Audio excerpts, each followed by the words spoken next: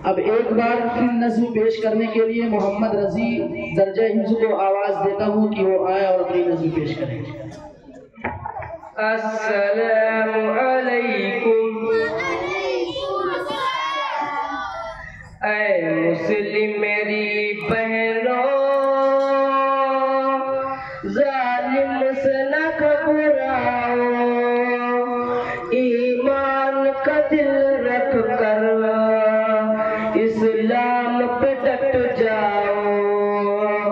ऐ मुस्लिम मेरी बहनों, जालिम से न घबराओ,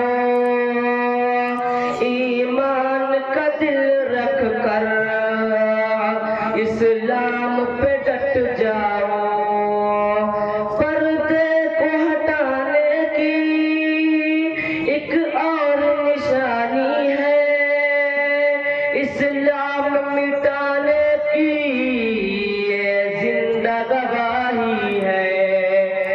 पर्दे को हटाने हम देंगे न कभी तुमको, इस्लाम मिटाने हम देंगे न कभी तुमको।